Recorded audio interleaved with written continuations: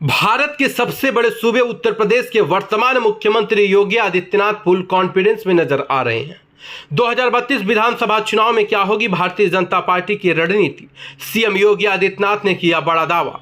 Monsoon सत्र के दौरान सत्ता पक्ष और विपक्ष में जमकर बहस हुई। अखिलेश यादव पर निशाना साधते हुए सीएम योगी ने कहा कि 2024 में ही नहीं बल्कि 2027 और 2032 में भी भारतीय जनता पार्टी सरकार बनाएगी। यूपी विधानसभा के मानसून सत्र के दौरान जहां विपक्ष लगातार कई मुद्दों पर सरकार को घेरने की कोशिश कर रहा है, वहीं मुख्यमंत्री योगी आदित्यनाथ भी सदन में विपक्ष पर निशाना साधते नजर आए।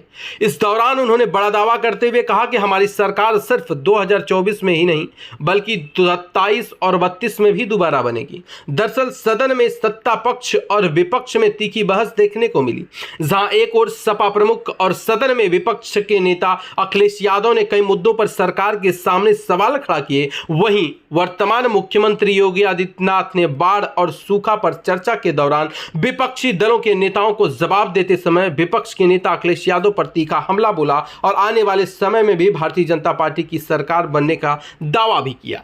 इस दौरान सीएम योगी ने तुलसीदास की एक कविता की पंक्तियों का इस्तेमाल करते हुए अखिलेश यादव पर निशाना साधा और कहा, तुलसीदास ने कहा था कि समर्थ को नहीं कोई दोष गुसाई, गरीबों किसानों और दलितों की समस्या आप उनका दर्द कैसे समझेंगे। देश में हर कोई जानता है कि उन्होंने सबसे पिछड़ों और पिछड़े लोगों के साथ कैसा व्यवहार किया है, किसानों पर नहीं दिया ध्यान।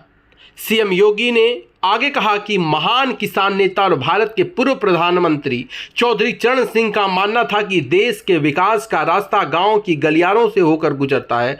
अगर समाजवादी पार्टी ने अपने कार्यकाल के दौरान चौधरी चरण सिंह की बातों पर जरा सा भी ध्यान दिया होता, उस पर विचार किया होता, तो संभवतः कि उत्तर प्रदेश में अपने इतिहास में किसान आत्महत्या की इतनी अधिक घटनाएं नहीं देखने को मिलती।